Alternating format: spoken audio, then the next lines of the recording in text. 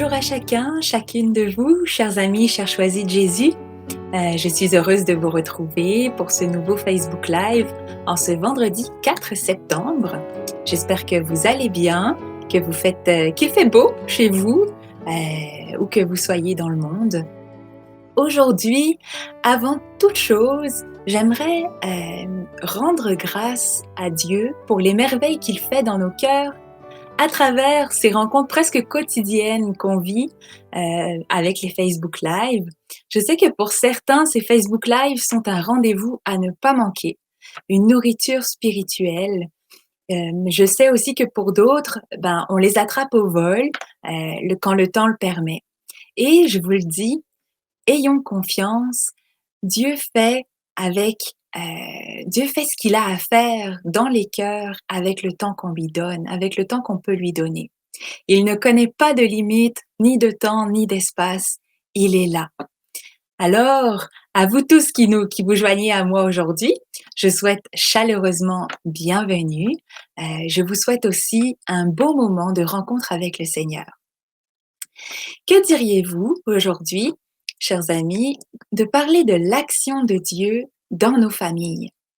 Comment Dieu est présent au cœur de notre famille pour en faire une famille selon son cœur à lui, le lieu par excellence où se construit la civilisation de l'amour.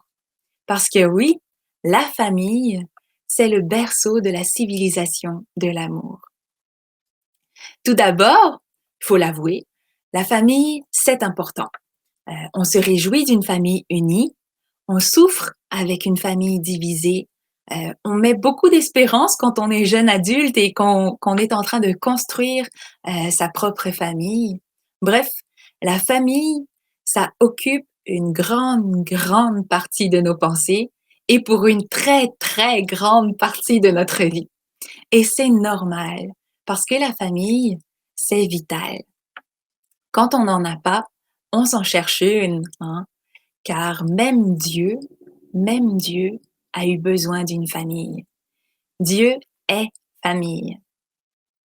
Parce qu'il n'a pas voulu être seul, Dieu est Trinité, c'est-à-dire 3 personnes divines en une famille. Lorsque Jésus est venu sur terre, il aurait pu descendre du ciel en adulte, tout puissant, sous une apparence divine qu'on ne connaît pas, qu'on peut imaginer. Mais non, il a voulu se mêler à notre humanité. Il a voulu avoir une famille, avoir une mère, avoir un père, un contexte familial, des cousins, des traditions, etc. Et si même Dieu a jugé qu'il était important pour lui d'avoir une famille, c'est que vraiment, dans chacune de nos familles, et familles au sens large, parce qu'il peut y avoir toutes sortes de familles, dans chacune de nos familles, on a un trésor merveilleux. Et c'est un cadeau qu'on n'a jamais fini de déballer. On entend souvent cette expression du cadeau qu'on ne finit jamais de déballer. Je crois que nos familles, les familles, c'est quelque chose un peu comme ça, hein, un cadeau qu'on ne finit jamais de déballer. Alors je vous pose la question. Et vous, quels sont les trésors merveilleux que vous découvrez dans votre famille? Voyez-vous le visage de Dieu et son action dans votre famille? Avant d'aller plus loin, on va prendre un petit temps pour voir ce visage de Jésus dans quelques miracles vécus au sein de familles. Je vous ai choisi 2 témoignages aujourd'hui qui nous parlent de l'amour de Dieu qui est présent et agissant au cœur d'une relation familiale, d'une relation de parents à enfants, d'une relation entre frères et sœurs. Alors, sans plus tarder, plongeons dans ces témoignages. Je souhaite encore la bienvenue à ceux qui se joignent à nous. Plongeons dans ces témoignages où on goûte à une grâce de l'agir de Dieu, de sa présence au sein de nos familles. Alors, la première personne nous dit, elle nous écrit: Comme la pensée du jour nous y invite, je viens vous partager 2 actions de grâce suite au décès d'une cousine de mon mari. Nous avons accompagné ces 2 filles au funérarium car cette démarche était très dure pour elles. Nous avons récité 2 jours de suite le chapelet de la miséricorde divine Et le deuxième jour, une de ses petites filles priait avec nous au chevet de notre cousine. Le jour des obsèques, il y a eu une grande réconciliation entre le frère et l'aînée des sœurs qui ne se parlaient plus du tout depuis des années. Nous étions bouleversés. Tout cela paraissait impossible. Comme est grande la bonté du Seigneur. Une autre nouvelle surprenante, mon plus jeune frère n'avait pas revu sa fille depuis 15 ans, à la suite de graves complications liées à son divorce. Je priais et je l'avais encouragé à faire un pas vers sa fille, mais c'était trop douloureux pour lui. Dernièrement, il m'annonce qu'il vient d'aller voir sa fille. Tout s'est bien passé. Cela faisait si longtemps qu'il ne la reconnaissait pas. Il m'a dit qu'elle était belle, lui qui habituellement est si avare de compliments. Le Seigneur est grand. Merci pour tous, un grand merci pour tout ce que vous faites afin que nous bénéficions des grâces liées à la pensée du jour. Alors c'est le témoignage de cette dame, des miracles dans sa famille, des miracles de réconciliation, de rencontre. L'autre témoignage, c'est un père qui écrit. Je retransmets régulièrement la pensée du jour à ma fille depuis quelque temps. Elle, qui ne croyait ni en Dieu, ni au diable, s'est mise à se questionner et à obtenir des réponses qui la rapprochent de Dieu et de moi par la même occasion. Merci pour cette vision d'amour qui plane sur le monde et gloire à Dieu pour son Esprit Saint qui nourrit les esprits et remplit les cœurs. Le témoignage de cette fille à son père, donc la fille qui répond à son père suite au message que son père lui envoie. Papa, j'ai décidé enfin de suivre tes conseils, ainsi que les petits messages que tu m'envoies, les pensées du jour. J'ai décidé de remettre ma vie entre les mains de Dieu. Je lui ai dit que j'étais fatiguée, de ne pas savoir lâcher prise, fatiguée de me battre pour des choses pour lesquelles je n'ai pas à me battre, et surtout fatiguée de toute la rage, la haine et la colère qu'il y a à l'intérieur de moi et qui viennent de je ne sais où. Donc, j'ai dit à Dieu que je ne m'occupais plus de rien, puisque j'en étais incapable, et que je laissais tout ça entre ses mains. Un père qui a fait confiance, qui a écrit à sa fille, qui lui a envoyé des pensées du jour, même si elle ne semblait pas réceptive au départ, et qui finit par recevoir la récompense de la foi de sa fille, de la confiance, du lâcher-prise, de tout mettre dans les mains de Dieu. C'est beau, hein? Dieu agit, n'est-ce pas? Il est vraiment présent au cœur de nos familles. Il est là dans une réconciliation. Il est là dans une réponse à une prière. Il est dans les moments de profond bonheur. Il est aussi dans les moments difficiles, les moments de souffrance, les moments de division. Dieu est amour et il est toujours avec nous, quoi qu'il arrive dans notre famille, quelle que soit notre famille.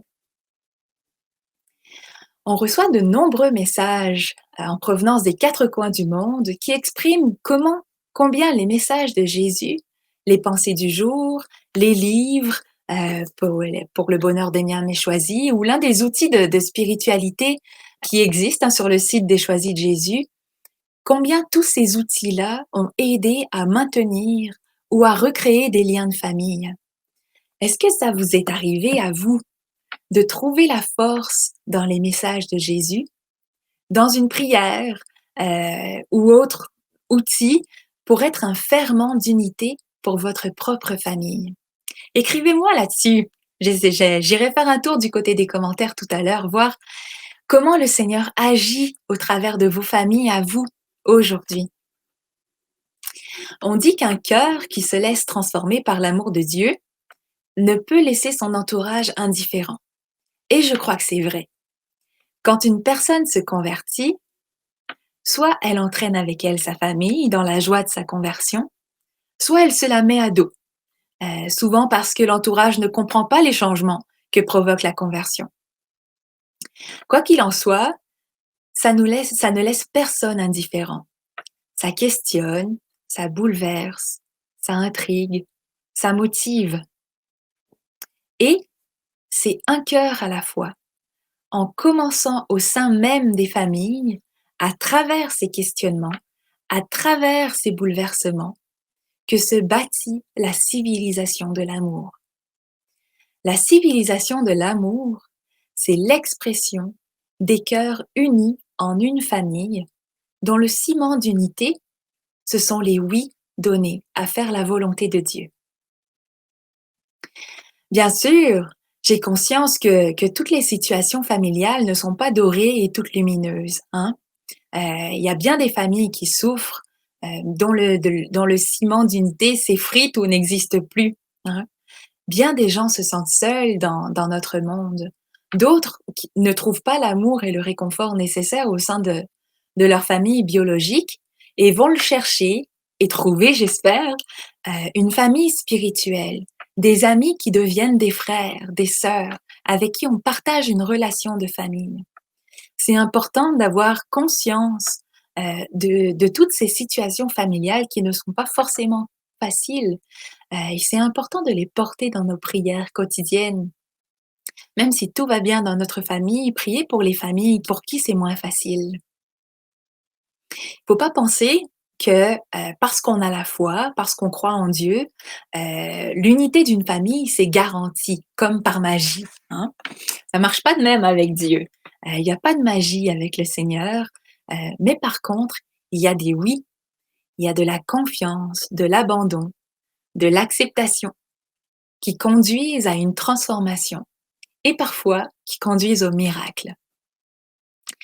Que l'on soit dans une famille parfaite ou encore dans une famille dysfonctionnelle, que l'on soit en situation de division ou de réconciliation, que l'on soit seul ou incompris, ou même qu'on soit mis à part par nos propres parents, par nos propres frères et sœurs, rappelons-nous d'une chose, le Seigneur demeure près de nous et il ne reprend pas son amour. Il ne reprendra jamais son amour. Il peut tout, mais pour cela, pour pouvoir tout faire dans notre vie, il a besoin de notre participation. Il a besoin de notre oui, de notre disposition à nous laisser transformer, à le laisser agir en nous et à travers nous. Et même lorsque les choses nous semblent ne pas aller comme on le souhaite, même quand le résultat de nos efforts et de notre chemin avec le Seigneur n'est pas comme on l'aurait souhaité, gardons confiance que Dieu peut écrire droit sur nos lignes courbes, qu'il est plus grand que nos malheurs, qu'il est plus fort que nos souffrances. Dieu veut notre bonheur, il veut le bonheur de nos familles aussi, quelles qu'elles soient, qu'importe les épreuves qu'on traverse, les difficultés. Il est présent même si ce qui arrive dans notre famille, ben, c'était pas prévu au programme. Il est là. Alors avant d'aller du côté des commentaires, commentez là, n'hésitez pas, hein? Avant d'aller du côté des commentaires, j'ajoute juste une petite chose. Lorsqu'on traverse des épreuves de famille, et Dieu sait hein, qu'il y a autant d'épreuves qu'il y a de familles sur Terre, hein, des épreuves, on peut en connaître. On peut s'appuyer dans nos épreuves sur le témoignage de ceux qui ont cru en Dieu pour traverser leurs propres épreuves. Alors, en réfléchissant à ça, j'ai pensé spontanément à la Sainte Famille. La Sainte Famille, Marie, Joseph, Jésus, qui, même si on les imagine là comme une famille parfaite, ont traversé leur lot d'épreuves. Marie, elle a été enceinte hors mariage. Déjà, hein, dans le temps, ça se faisait pas. C'était toute une chose avec laquelle il fallait gérer. Joseph, il a pensé la répudier. Hein. Drôle de début pour une famille. Jésus, il est né dans une étable pendant un long voyage. Pas idéal non plus comme naissance. Ils ont dû fuir un roi fou qui cherchait à tuer l'enfant pour rester le plus reconnu, pour rester le roi du peuple. Pas fort ça non plus. Puis à 12 ans, ben, disons-le comme ça, Jésus fugue. Puis ça, c'est juste ce qu'on sait de la vie de la Sainte Famille et il y a beaucoup de choses qu'on sait pas, hein, de tout ce qui s'est passé pendant leur vie quotidienne. Alors pensons à la Sainte Famille qui a vécu son lot d'épreuves aussi, puis qui peut nous aider dans nos épreuves de la vie. Plus près de nous, il y a aussi de saints couples, de saintes familles. Les papes en ont canonisé quelques-uns ces dernières années, de saints couples, de saintes familles. Puis, encore plus près de nous, ben, les volumes pour le bonheur des miens mais choisis, ils nous dévoilent des situations et des conseils de Jésus qui nous aident à traverser les difficultés de la vie. Alors, on n'a pas à hésiter pour aller puiser là-dedans quand c'est plus difficile dans le couple, quand c'est plus difficile dans la famille. Le Seigneur nous donne les outils. Il est là et il ne reprend pas son amour. Il nous accompagne tous les jours. Alors, allons du côté des commentaires. Kevin, y a-t-il des commentaires? Alors, Mirella nous dit, oui, ça m'est arrivé et je reçois beaucoup à travers les choisis de tous les jours. Hein? Les pensées du jour, tous les outils qu'on reçoit, ce sont des moyens pour nous aider à bien traverser les épreuves de la vie, que ce soit le travail ou tout autre, mais aussi et surtout dans nos familles. Merci Mirella. Nicolas, la confiance et la bienveillance est le ciment de compréhension qui met la paix et le bien-être. Vous avez tout compris, Nicolas. Tout compris. La confiance et la bienveillance sont le ciment pour aider à une compréhension, pour solidifier la compréhension dans une famille, dans un couple. Et ça, ben oui, ça crée le bien-être, ça crée le bonheur, hein, le bonheur que Jésus nous promet pour le bonheur des miens, mes choisis. Y en a-t-il d'autres? Non? Ok. Alors, avant de terminer, si vous voulez, il y a un chant que j'aime beaucoup, qui a été écrit dans les années 80, je pense, mais qui pour moi n'a pas vieilli. Il me revient souvent dans le cœur. Vous le connaissez peut-être. Je sais que c'est un chant que je connaissais quand j'étais jeune à l'île de la Réunion. C'est de la famille Harbour et ça s'appelle Ma famille. Chantons-le comme un hommage à nos familles et comme un hommage au bon Dieu qui construit une civilisation d'amour avec chacune de nos familles. Rendons grâce avec les familles qui vont bien. Prions aussi pour les familles qui traversent des moments plus difficiles, parce que Dieu agit. Alors, préparons nos cœurs, prenons le temps de remercier le Seigneur pour ce qu'il fait dans nos familles.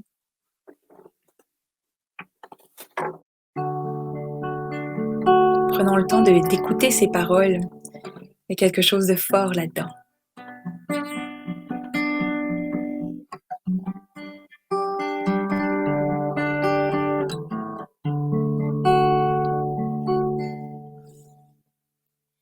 Tous ensemble réunis, tous ensemble pour la vie.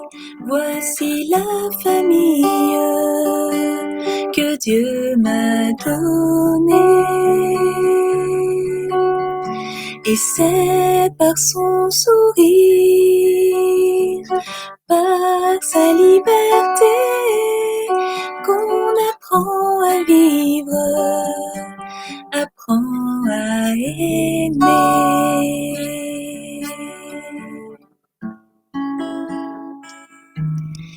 La famille, ces gens qu'on aime tant, à qui l'on sait pouvoir tout dire, que l'on apprend à découvrir malgré les mauvais moments. Ma famille, je le dis, je le crois, c'est elle qui sait me soutenir, me consoler, m'aider, m'instruire. Ma famille, ma famille, Je l'aime tant. La vie peut nous détruire, les jours nous semblent pires quand on espère dans les choses de la terre. Mais Dieu sera toujours le Père, le Dieu d'amour qui nous chérira sans rien en retour.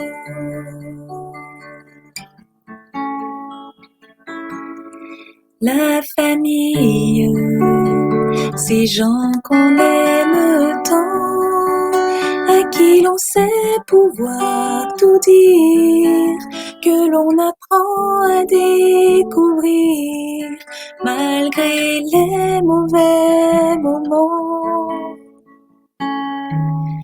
Ma famille, je le dis, je le crois, c'est elle qui sait me soutenir, me consoler, m'aider, m'instruire. Ma famille,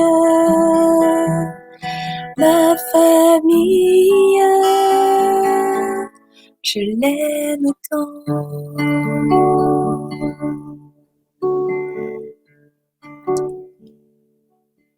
Merci Seigneur d'avoir besoin de nous pour passer, pour te communiquer à nos familles.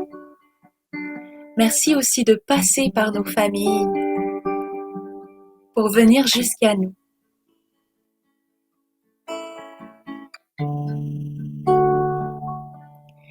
La famille, ces gens qu'on aime tant, à qui l'on sait pouvoir tout dire, que l'on apprend à découvrir malgré les mauvais moments.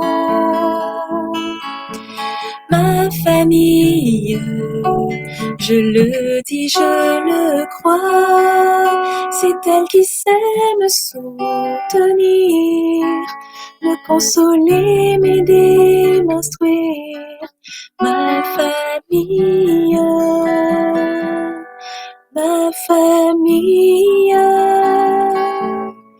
je l'aime tant.